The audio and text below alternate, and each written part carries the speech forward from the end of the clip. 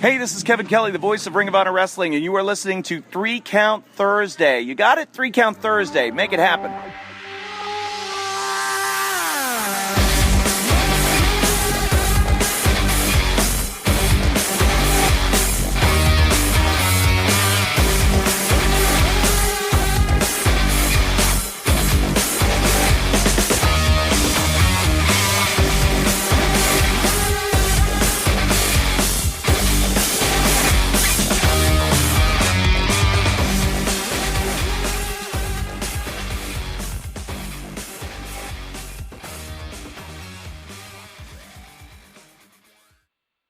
Boom, just like that, we are on the air live here, 3 Count Thursday. You're listening to us on NGSE Sports, on the radio, ngscsports.com. We never stop. Make sure you can listen to all of your shows at ngscsports.com. You can check us out on Spreaker, iTunes, and iHeartRadio as well. Just search for 3 Count Thursday or the letters NGSC. The show website is Spreaker.com. Search again, NGSC. We're available on all of your podcast apps. Just search for 3 Count Thursday. It's always the number 3 Count Thursday. You can find us on Facebook at facebook.com/3 Count Thursday, Twitter and Instagram at 3 Count Thursday. We're going to, this is different. You obviously hear it's different. Big Jim's not with us. Matt, you're with us here today, correct? I am with you here today. Matt is with us today. Jim would not be able to do it. He had to have an emergency appendectomy today. So Jim could not join us. He is being taken care of at a local medical facility. So prayers with Jim. I hope everything is okay. That's why we don't. Best. What? I said we hope for the best. We do hope for the best. Maybe he'll call in. He said if he's not too woozy tonight, he'll try to call in around 10 o'clock to get his predictions in for what is coming up for TLC. So he is a trooper. That's what he's trying to do. Folks, again, you can follow me. I'm Ryan. It's at RYN Eagle. You can also follow Matt on Instagram at 3CT Affiliate. That's 3CTA Philly, short for Philadelphia, and then the number 8. Matt, we have a very special guest joining us tonight. Can you do the introductions, please? We do. She was a former Woman of the Week for us. She's trained under some legends in wrestling at Team 3D and also with the legendary Les Thatcher, who was a guest of our show. We are bringing in Kennadi Brink tonight. All right, and then we also have a huge slate of upcoming guests next week, I believe next week, right? Yep, the 17th, we have Maria Manick joining us. Following that is Chrissy Rivera. Do we book anybody for the 29th now? We did. We have Deonna Purrazzo coming on the 29th. That's right. We just saw her actually last night on NXT. Deonna Purrazzo joining us. That's right. I forgot to write that down. And then starting the new year off right with Nikki Adams on the 7th of January. So we've got a month booked solid of great female indie wrestling talent here. Join us every single Thursday night. We start at 9:30. You're actually going to be listening to the show late because we're not going live. Again, we had some technical difficulties. None of that. We're all through talking now. Let's bring in the guest of the hour. We have Kennadi Brink joining us today. Kennadi, thank you for joining us.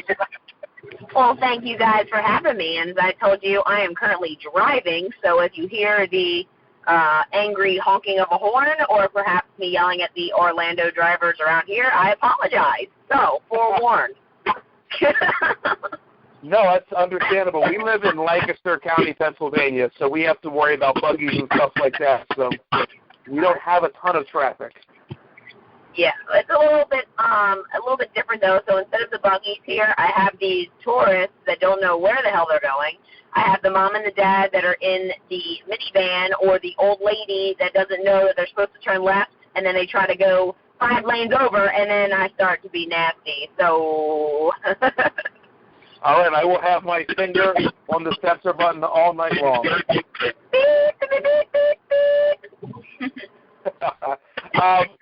Kennadi, we're just going to start off. Could you give us some background information on you? Background information. What is this? A police thing? No, I'm just kidding. Sure. I will let you guys know who I am and where I've come from. I originally started this journey December of 2009. After I graduated high school, I was 18 years old. I started in Maryland at a place called Maryland Championship Wrestling. But at the time, the school that was kind of semi-associated, not fully, that I actually started with officially in July of 2010, and that was at Gilbert's Pro Wrestling Academy. That didn't, it wasn't a very long, it was probably open for only about 2 years, but that's where I got my foundation. Gilbert, unfortunately, it was just kind of one of those things where you put your name on the door and other people train you, which I didn't mind because the people that were there actually were brainwashed by good people. You know what I mean? They really didn't make it far themselves as far as they would want to go. But they get it. They understood wrestling. So, but what makes me unique is that, you know, everyone says, hey, I love wrestling, and I got into it with my passion, right? For me, it was definitely my passion, but I never saw myself pursuing a career in professional wrestling in the ring anyways, because when I was growing up, I wasn't an athlete. I didn't do anything like that. I was 230 plus pounds. You know, I just sat behind my computer. I lived vicariously through wrestling. I wanted to initially be a creative writer for wrestling instead. But after high school, I was like, you know, what's really holding me back, right? And I was like 18 years old. I was like, what's really stopping me from pursuing this and really giving it a go? So I lost 60 pounds, got in the gym, changed my life for the better, much healthier, so that's good. And after I graduated college in 2014, I took that next step further, and I used my scholarship money that I got off the NWA Legends camp. I got that, used that to move down here to Florida, where I'm now training with Team 3D, the Dudley Boys, and I'm just really giving it a go, really giving 3,000% effort now rather than, you know, it's something I do while I'm in college. This is something that I'm 3,000% going after, doing anything I can to be successful at. Just because I never want to say what if, you know. So. No, absolutely, and it's hard just to even hold a job and be in college. I couldn't imagine training to be a wrestler and college, a full slate. So congratulations on that. Thank you. I appreciate that. Yeah, plus college, wrestling, working, you know, it can be a lot. So, but wrestling and anything else is a lot. So, oh, this is an example of the guy that's trying to turn left from the, no. You see, you know he's a tourist because he's got one of those like big cases on the top of the car. They weren't letting you over, buddy.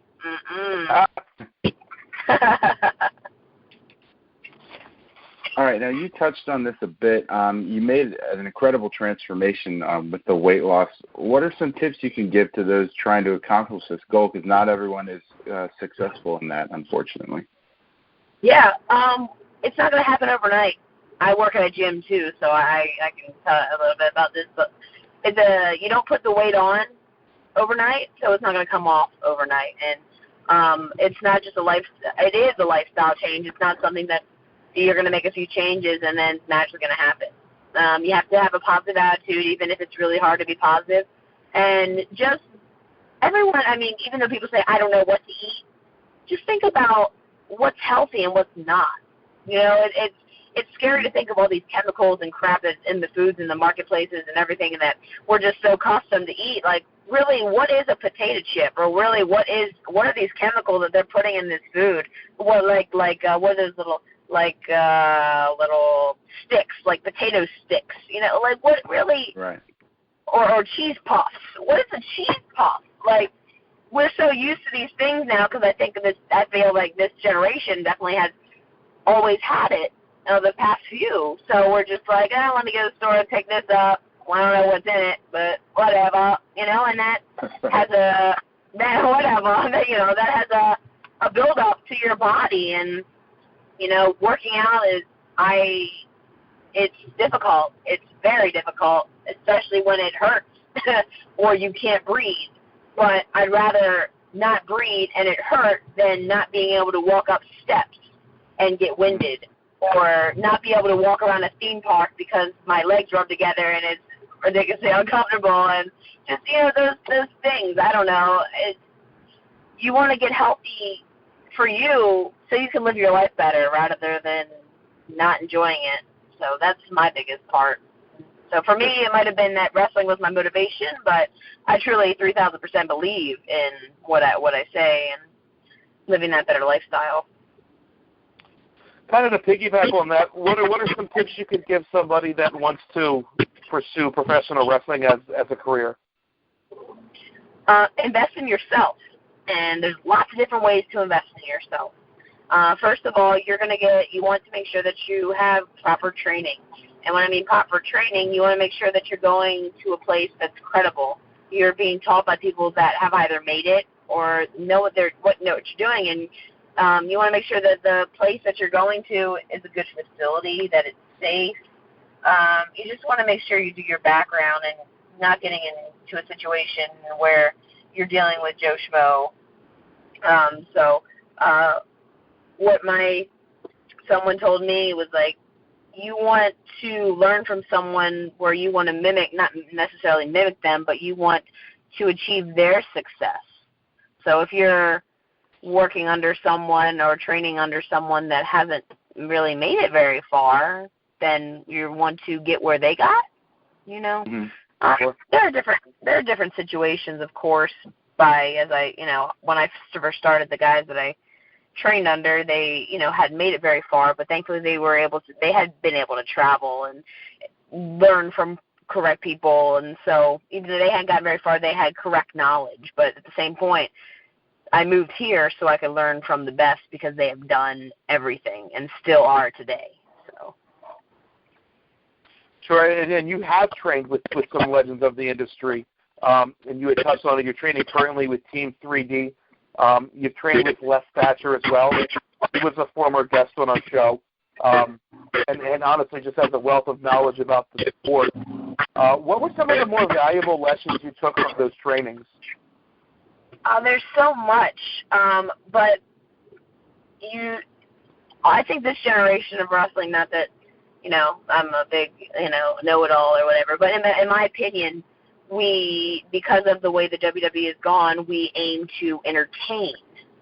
And, of course, that's the goal, of course, but going back to Les, and this is a fight.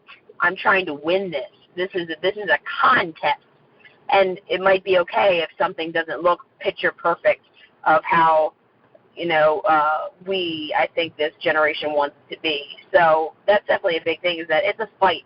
You're 3,000% all the time trying to win this fight, and it's not necessarily picture perfect all the time. That's fine. But there's just so much. Less is more. Slow down.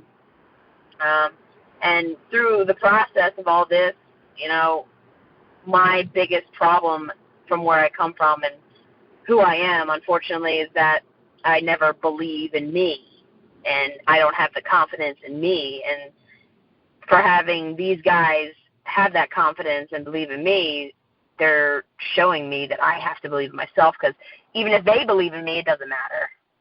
I'm the one that has to, and that's my personal biggest downfall. So I'm working on it day in and day out, man. All right. That's all you can do. All right. So according to the internet, your first match was in 2010. How much do you remember about, going into that, your preparation, your nerves, the crowd reaction, that kind of stuff? What is it? Which match do they have it listed? I don't know if it's what I think it is, because the first match I think is different. But what does it say? It does not. It just gives me a year of 2010. Okay, no. It was, from what I remember, it was January, actually, I think, of 2011. I think, but it was internet. Yeah, internet's a lie anyway. Through the internet. But from what I remember of this match, it was a triple threat match, which is called enough as it is. But it was just it was an MCW Maryland Championship Wrestling. They're bringing it back kind of now. They did Rage